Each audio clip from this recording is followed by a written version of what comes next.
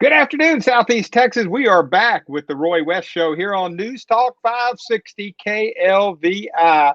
And I have with me this segment, Dr. Lonnie Howard from LIT, Lamar Institute of Technology here in Beaumont. Welcome to the show, Dr. Howard. Thank you so much, Roy. Please call me Lonnie, okay? Yes, sir. And well, I've heard you speak before, and you've got an incredible story.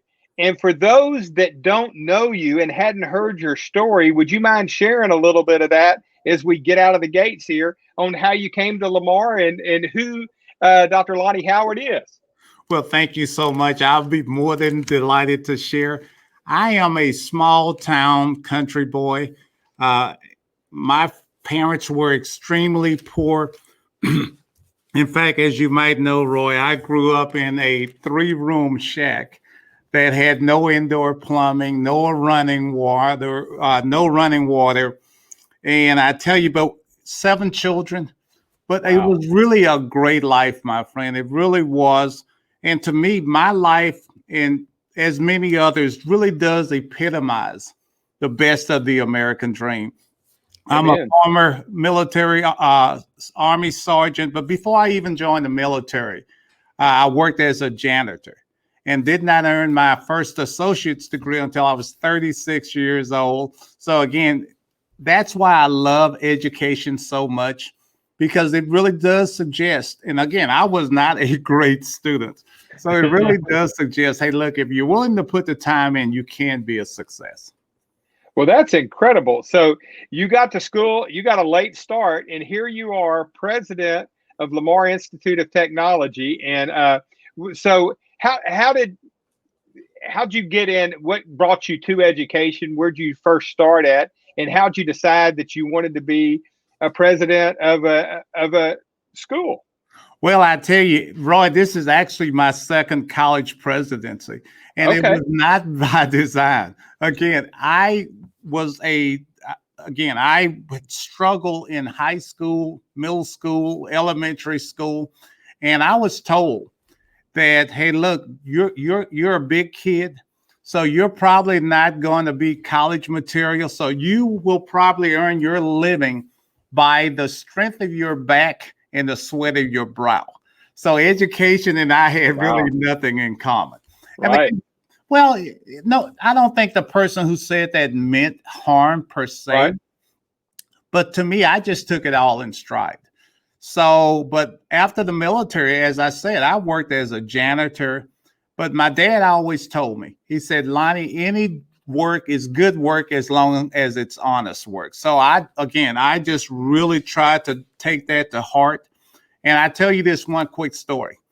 As a janitor, I took so much pride in my work that I would, in cleaning the restrooms at this particular industrial company, I would take a toothbrush, old toothbrushes, and get on my hands and knees and actually clean corners.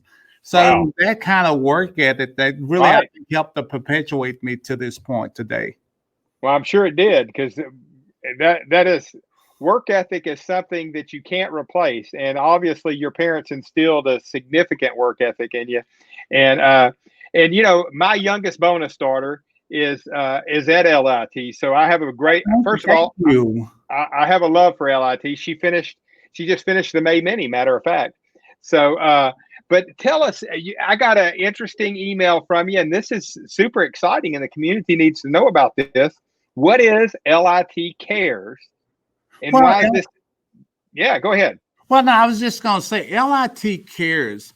I tell you, I am a Texan, and coming to Southeast Texas really has been a great experience, Roy. I tell you, I'm telling you what you already know. The people are so warm. They're so kind and so gracious. And think about it, my friend. We have been through Hurricane Harvey. We've been through Imelda. We've been through the TPC explode. I mean, it's just so much going on in such a short period of time. And seeing these images of hardworking Americans in their cars, waiting through no fault of their own, waiting for food. And just knowing that this unemployment rate is so high, I felt that our college, my vision was to figure out some kind of way to help. Right. You know, because these are our friends, these are our neighbors. So through a multitude of different funding sources, I wanted to know what could I do to help them, but Right. also help with our own community's economic recovery. So LIT cares. That's kind of the foundation for it. To say, hey, look, our college not only cares about the economic recovery, but we care about our Right. citizens as well. Well, I know LIT does care, but that is an initiative. And what do y'all do with that? Because it looks like it's pretty bold. It's pretty impressive. Well, I tell you, when I first pitched this idea to my team, and I've been at LIT now as the president for about 4 years. Right. Same leadership team. They actually call me, Roy, the wild card. They call me the wild card because I come up with these different things. They say, "Oh no, you absolutely can't do that. That's impossible." And I tell you, and it started from, again. My installation was September 17th, 2016. And no one knew me from Adam, right? So I said, hey, look, I predict within 10 years of or less, LIT is going to have a enrollment of 10,000 students. Well, Wow. of course, they say, hey, look, this guy must be drinking on the job. That can't be possible, right?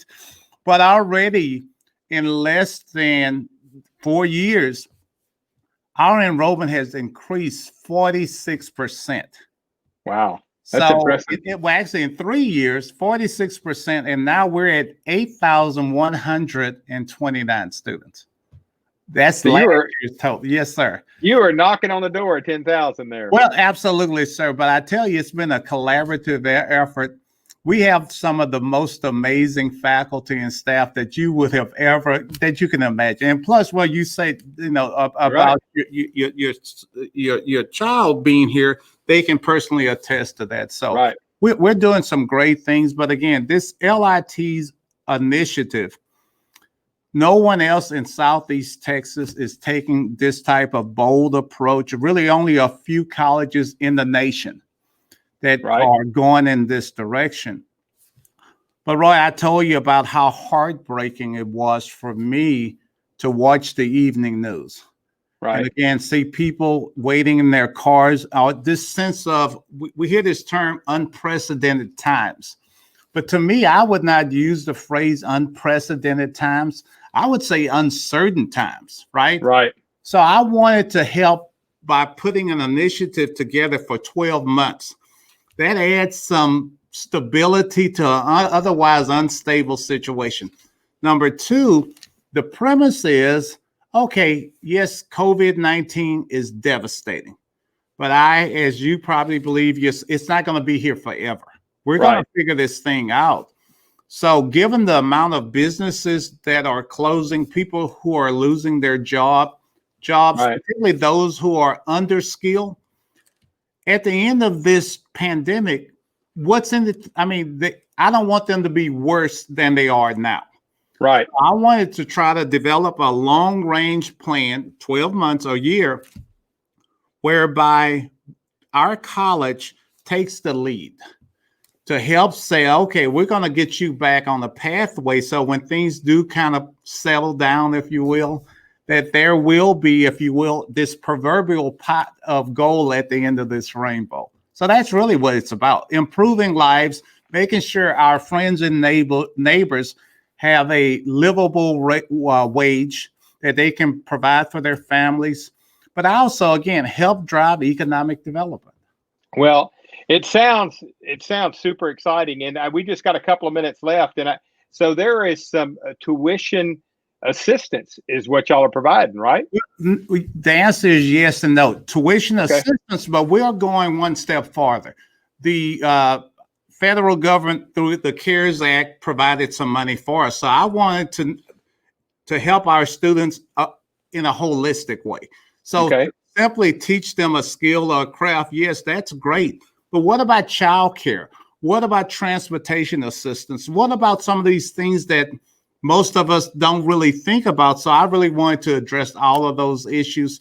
Plus, I want to give a big shout out to the LIT Foundation they have really stepped up to the plate and awarded LIT some $500,000, unprecedented, to help with this initiative. Plus, businesses also beginning to join in as well. So it's an exciting time. It really is.